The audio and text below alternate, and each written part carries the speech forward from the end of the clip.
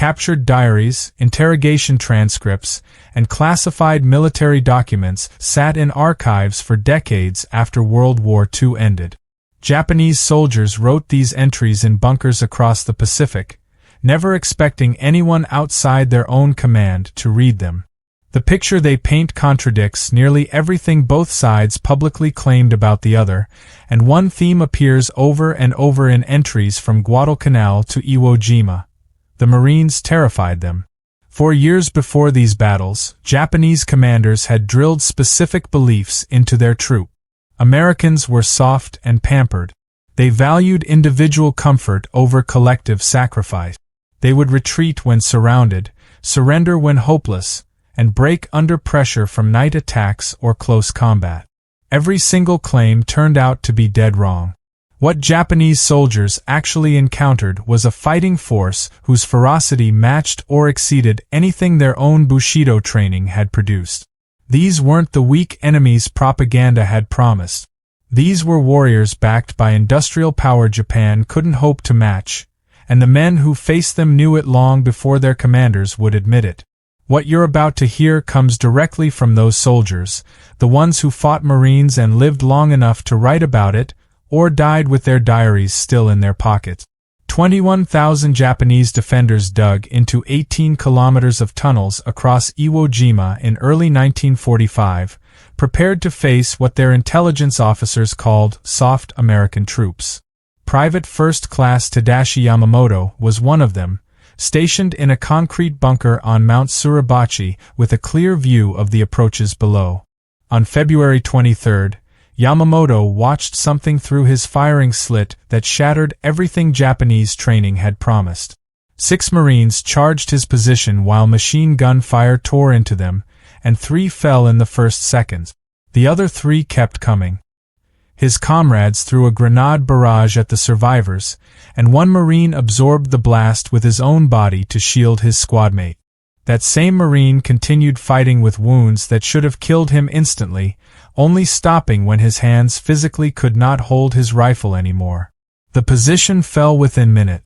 That night, Yamamoto wrote words that would have gotten him executed if discovered. "The Marines are not human, and they do not die like other men. Everything we were told about American weakness was a lie." His diary entry wasn't unique. Across the Pacific, Japanese soldiers were writing similar confessions, and what they recorded was even more disturbing. A Japanese staff officer who had interrogated captured Marines stood before a room full of soldiers in 1943, and what he told them made the room go silent. Marine training, he explained, would be considered criminal abuse in any civilized army. Recruits were broken down mentally and physically, then rebuilt into something that barely resembles the soft civilians who entered.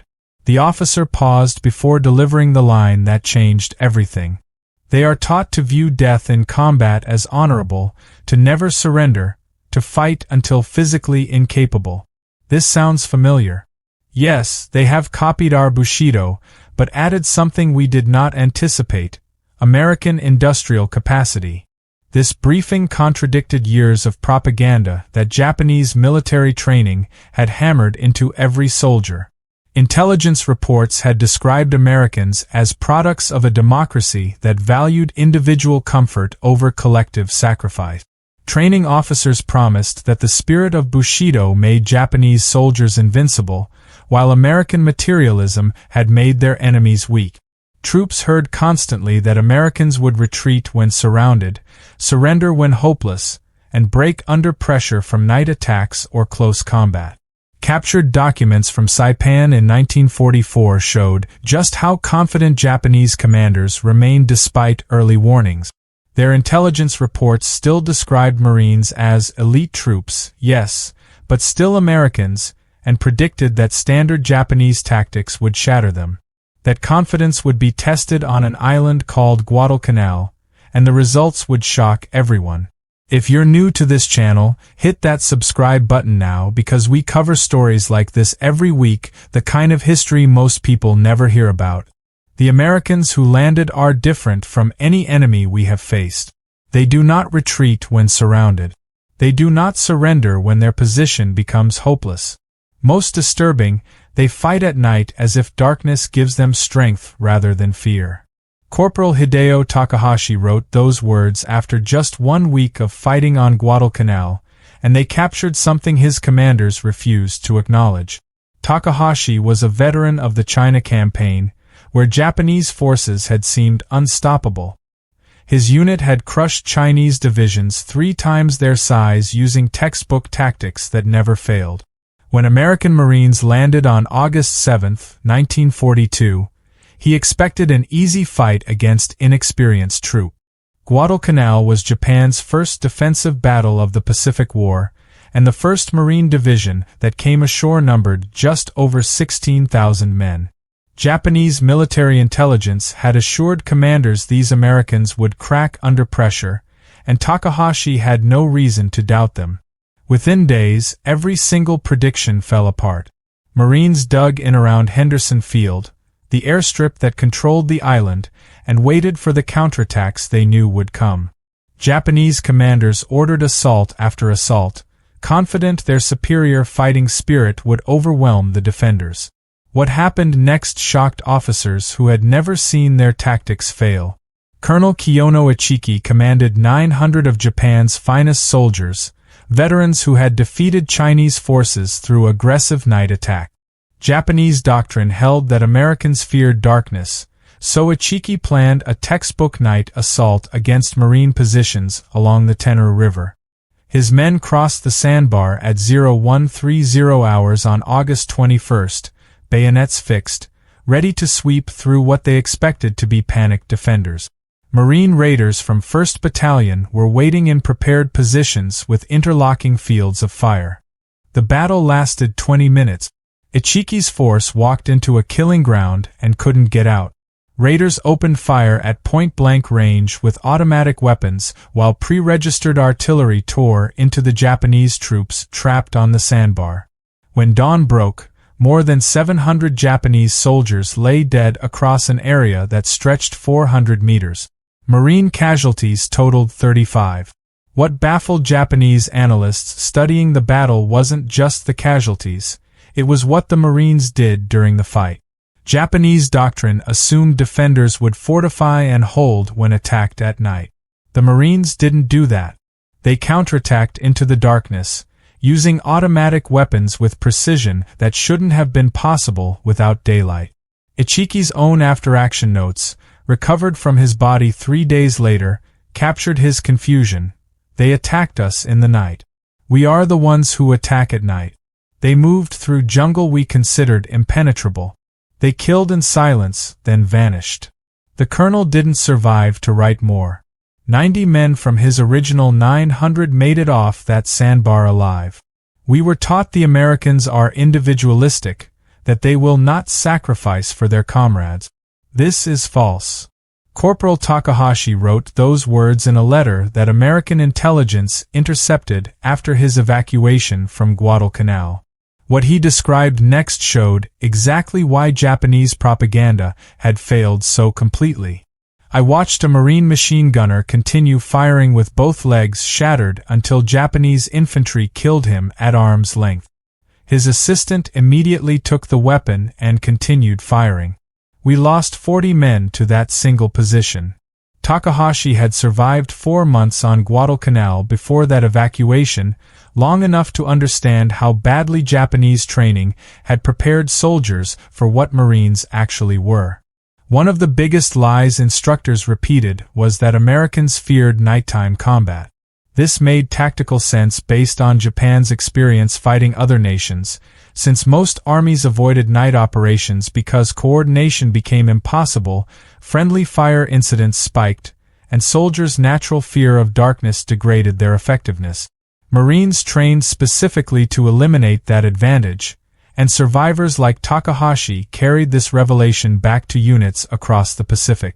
Night patrols by small Marine units became a constant source of Japanese casualties, with soldiers reporting attacks that came from nowhere and vanished before anyone could respond. Sergeant Kenji Matsumoto, captured on Bougainville, described what this meant for Japanese troops. The Marines never stopped. Day attacks with overwhelming firepower, night attacks by small units infiltrating our positions, constant artillery harassment preventing rest. Japanese forces traditionally controlled the night and could rest after daylight battles. Against the Marines, there was no rest. There was only continuous combat until we were dead or captured. Japanese intelligence officers became obsessed with understanding how American Marines achieved their fighting effectiveness. Captured prisoners provided answers that seemed almost impossible to believe. One interrogation report recovered on Saipan recorded a Marine prisoner's explanation of boot camp. The first 4 weeks, drill instructors destroy everything civilian in the recruit. You are told you are worthless, that you will never be a Marine, that you should quit and join the army. The abuse is psychological and physical. You are pushed until you think you cannot continue, then pushed further. Those who quit are publicly shamed. Those who remain learn that surrender is not an option. The Japanese officer conducting the interrogation noted in the margins that this resembled their own training methods, only more systematic. The Marine prisoner then described something that had no parallel in Japanese military culture. The second 4 weeks, the instructors build you into a Marine. You learn that you are part of something greater than yourself, that every Marine who ever lived is your brother, that the Corps' honor depends on your actions. This created fighters who advanced when rational calculation said stop, who continued attacking when any sensible unit would have retreated to regroup. Japanese analysts couldn't understand why men would fight this hard for a country that supposedly valued individual freedom over collective sacrifice. The answer wasn't complicated. Marines didn't fight for America. They fought for each other. That distinction would cost Japanese defenders thousands of lives. Only 17 Japanese soldiers survived the Battle of Tarawa. Private First Class Tadashi Ogawa was one of them, and his interrogation transcript captures what those 76 hours looked like from inside the bunkers. The first wave was massacred in the water. We killed hundreds. More craft arrived. The second wave died on the beach. More came. The third wave reached our positions with flamethrowers. They did not stop until we were dead, or they were. Ogawa had been one of 4,500 defenders occupying fortifications that Japanese engineers had declared impregnable. Rear Admiral Keiji Shibasaki commanded those troops from concrete bunkers with walls 4 feet thick, overlapping fields of fire covering every approach, and enough stockpiled ammunition to sustain months of fighting. Shibasaki reportedly boasted that 1 million men could not take Tarawa in 100 years. November 20, 1943 proved him fatally wrong. The first wave of Marine landing craft hit the reef 400 yards from shore, forcing men to wade through chest-deep water under machine gun fire. Hundreds died before reaching the beach. The second wave met the same fate, with bodies piling on the coral and drifting in the lagoon. Naval bombardment had barely scratched the fortifications. More craft arrived anyway. The third wave carried flamethrowers. Nearly 6,400 men died on Tarawa in 3 days.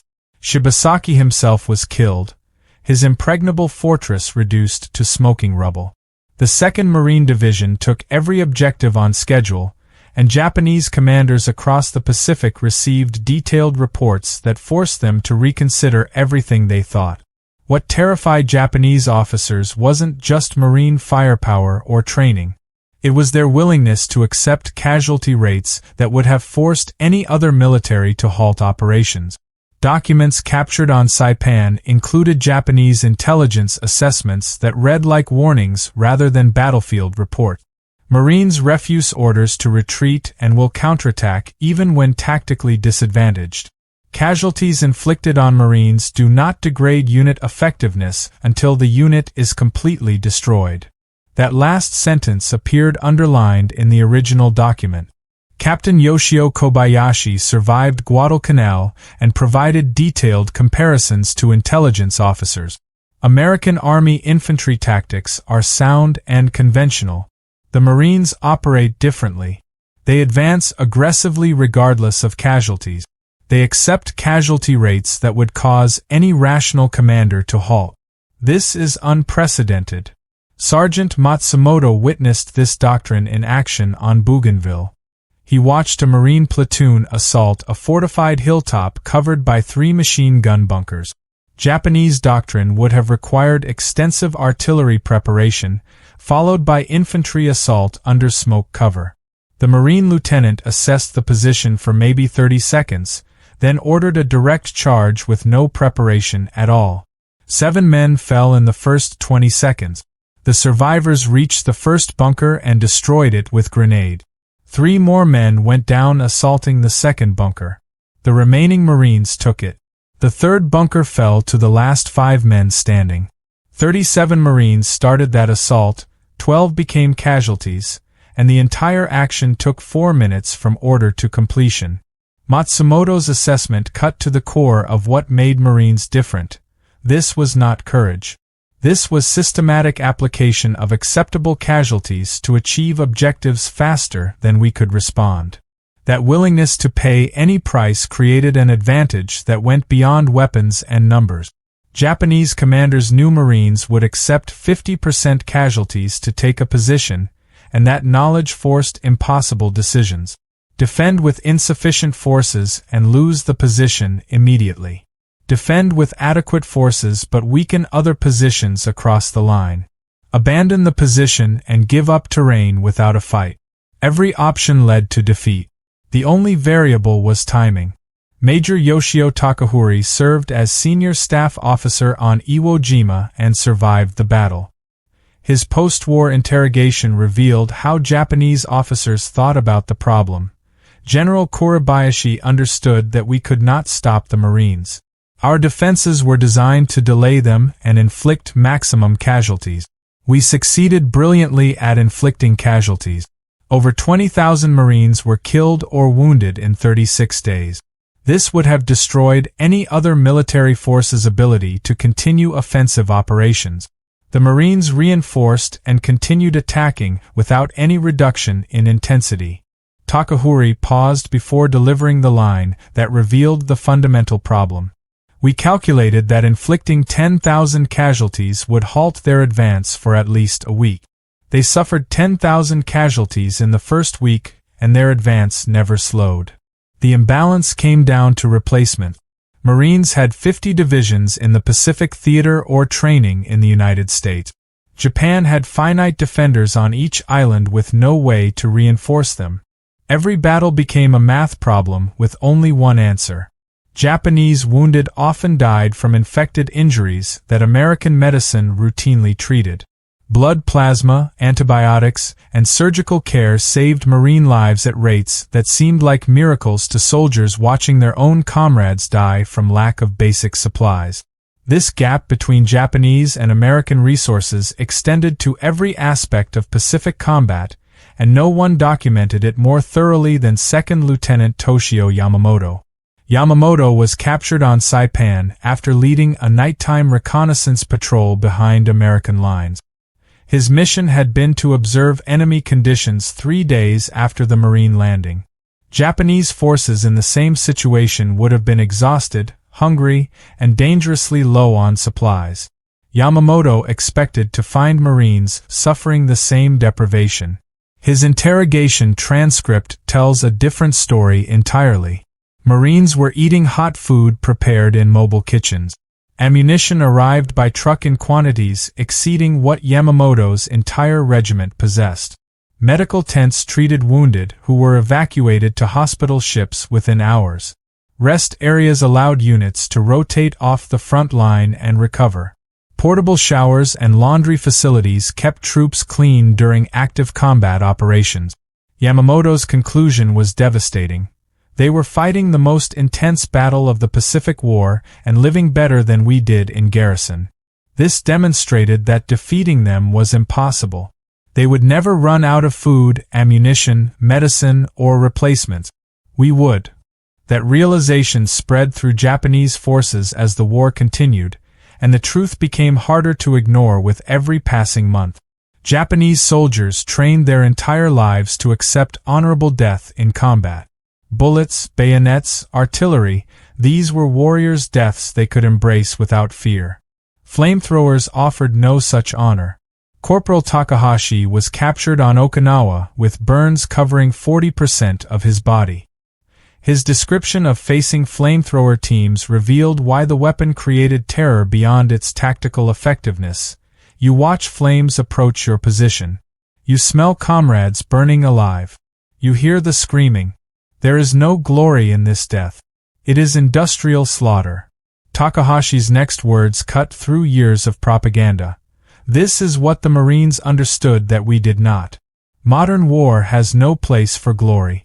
It is about killing the enemy as efficiently as possible using the best tools available. When Marines faced fortified bunkers, they followed a systematic process that horrified Japanese defenders. First, riflemen fixed the enemy position while machine gunners suppressed return fire. Mortars delivered smoke to blind observers. Artillery destroyed what it could reach. Tanks with flamethrowers advanced to burn out survivors. Infantry followed to secure whatever remained. If resistance continued, naval gunfire from destroyers or battleships would obliterate the entire area. Second Lieutenant Saburo Endo served as artillery observer on Saipan. His diary recorded what he witnessed. This is not warfare as we understand it. This is industrial destruction applied systematically until resistance becomes impossible. We fought with rifles and light machine guns. They fought with an entire industrial nation's resources. Lieutenant Shigeru Fukudome commanded a reinforced company on Guadalcanal, and his final diary entries before his death captured something Japanese officers noticed across every battle. Marine junior leaders made decisions at speeds their own chain of command couldn't match. Japanese doctrine required company-level decisions to flow through lieutenant. Battalion-level choices needed a captain's authority. This created delays that Marine sergeants exploited ruthlessly. Fukudome wrote, "When we stopped their advance at prepared positions, they called in battleship fire that literally erased hills from the landscape. They did not try to overcome our positions through courage or clever tactic. They used overwhelming force to eliminate positions, then advanced. By the time our commander understood the situation and issued orders, the Marines had already moved to exploit our weakness." Captured documents from Tinian provided explicit guidance acknowledging this problem. When facing Marines, do not expect them to retreat. Do not assume casualties will degrade their morale. Do not believe superiority in numbers provides advantage, as their firepower negates numerical superiority. Do not attempt banzai charges unless no other option exists, as Marines will slaughter charging troops with automatic weapons and artillery. The document continued with advice that revealed complete abandonment of hope. Do not expect them to fear nighttime attacks, as they fight effectively in darkness. The only effective defense is prepared positions with multiple fallback points and with the understanding that the position will eventually fall. Banzai charges had worked against Chinese forces for years. Mass infantry assaults conducted with absolute commitment would shatter defensive lines through sheer ferocity and the defender's fear of being overrun. Japanese tactical doctrine held this as near religious truth. July 7, 1944, Saipan. Colonel Takuya Takashi led approximately 4,300 Japanese soldiers in a final banzai charge against American positions. The assault began at 0300 hours while most defenders were sleeping. Japanese soldiers poured into the lines screaming, bayonets fixed, overwhelming forward positions through numbers alone. Traditional doctrine called for defenders to conduct a fighting retreat to regroup. The Marines counterattacked immediately. Officers and sergeants organized desperate defensive stands at key positions. Marines used every weapon available, from artillery firing at point-blank range to trench knives in hand-to-hand combat. The fighting lasted 4 hours. When dawn broke, Japanese bodies covered an area 500 meters deep. American casualties numbered around 900, including 400 killed. Over 4,000 Japanese soldiers died. Private First Class Tishiro Yoshida survived that charge with severe wounds. His interrogation 3 days later captured the shock. We were told that Americans fear close combat, that they rely on firepower because they are cowards at heart. We charged into their positions, expecting them to break. They fought us hand to hand and defeated us. I saw a Marine sergeant kill 7 men with a bayonet and a pistol before he fell. This is not cowardice. We were lied to. Over 10,000 American casualties accumulated on Peleliu across 11 weeks of fighting, including 1,700 killed. 1st Marine Division suffered losses so catastrophic that the entire unit was withdrawn in October, replaced by elements of the 81st Infantry Division. Marine units kept fighting until Army forces could relieve them completely. Japanese planners had hoped this bloodbath would prove something. If determined defense could inflict enough casualties, American will to continue fighting would eventually break. Peleliu was supposed to be that proof. Colonel Kunio Nakagawa had designed his defenses based on a pattern from previous campaigns. American forces always paused after landings to consolidate before advancing inland. His positions were built to make those pauses costly and buy time for counterattack. Marines landed on September 15, 1944, at 0830 hours. By nightfall they controlled half the airfield. There was no pause. Nakagawa's diary recorded his disbelief. My defensive plan collapsed because it assumed the enemy would act rationally. The Marines do not act rationally. They act with total commitment regardless of circumstances. The battle he expected to last 1 week stretched to 11, and every Japanese hope for the campaign died with it. Americans absorbed those 10,000 casualties and kept attacking without any reduction in intensity. The arithmetic was now impossible to deny. Japan could not afford to defend every island this way. Defenders would die, reinforcements would never arrive, and Marines would take every objective regardless of price. General Tadamaki Kuribayashi was arguably the most capable defensive commander Japan fielded in the Pacific War. Assigned to prepare Iwo Jima against inevitable invasion, he spent months studying every Marine tactic and designing defenses specifically meant to defeat them. His preparations were extraordinary. 18 kilometers of tunnels connected 1,500 cave positions. Artillery registered on every approach. Bunkers with interlocking fields of fire covered the landing beaches. He banned the wasteful banzai charges that had cost thousands of lives on other islands and ordered his men to fight from prepared positions until killed. Kuribayashi's orders acknowledged what official propaganda denied. We cannot win this battle. We can only make the Americans bleed for every meter of ground. That is our mission. Accept death. Inflict casualties. Delay their advance. This is how we serve the Empire in its darkest hour. 70,000 Marines landed on February 19, 1945. The defenses worked exactly as planned. Naval bombardment barely scratched the fortifications. Marines came ashore in neat waves and immediately took catastrophic casualties. Within minutes, black volcanic sand was covered with dead and wounded. Japanese artillery observers called down perfectly coordinated fire. The assault seemed to be failing. And then something happened that Kuribayashi had not anticipated. The Marines didn't withdraw to regroup. They advanced into the artillery fire. Private Yamamoto watched from his bunker as Marines assaulted the position to his right. His diary records the moment Japanese defenders realized their strategy had failed. A Marine flamethrower team approached the bunker. We killed the operator. His assistant picked up the weapon and continued. We killed him. A third Marine took the weapon. We wounded him severely. He continued firing until the weapon was empty. Then he threw grenades into the firing ports until we killed him. By then, demolition engineers had reached the bunker entrance. The position was lost. This happened 30 times in the first hour. How do you defeat men who will not stop? The answer was that you couldn't. 70,000 Marines landed on Iwo Jima. 26,000 became casualties, including nearly 7,000 killed. All 21,000 Japanese defenders died, except for 1060 captured, most because they were unconscious or too wounded to resist.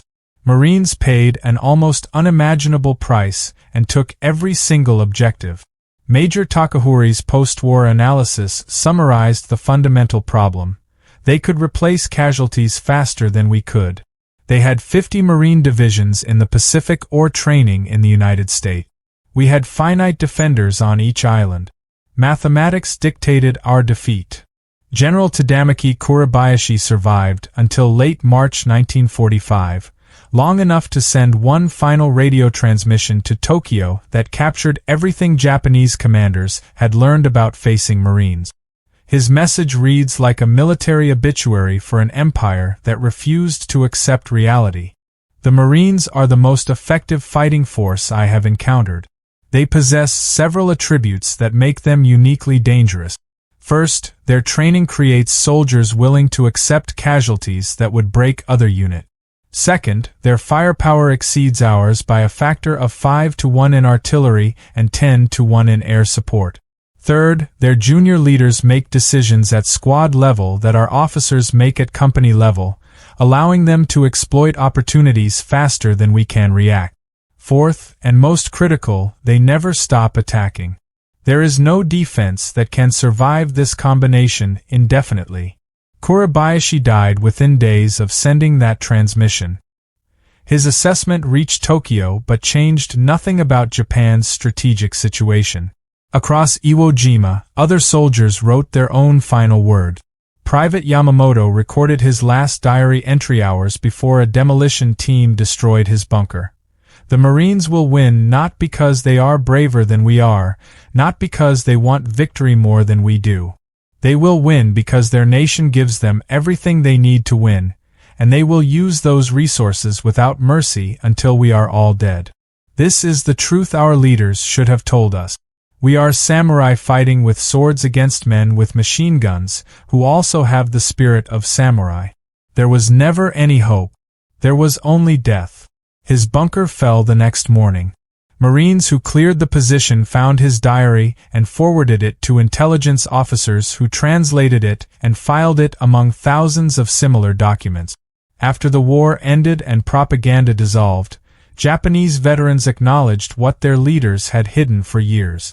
Corporal Takahashi, interviewed in 1975 as an old man, summarized what his generation learned. We were taught that spirit conquers material, that our will to die made us invincible. The Marines taught us that spirit plus material conquers spirit alone. They were as willing to die as we were. But they had Sherman tanks and naval gunfire and unlimited ammunition and air supremacy and medical care and food and all the resources of America behind them. We had our rifles and our courage and promises of victory. That was not enough. It was never going to be enough. The Marines proved it on every island they took. The statistics tell part of the story. Marines fought in every major Pacific campaign from August 1942 to June 1945.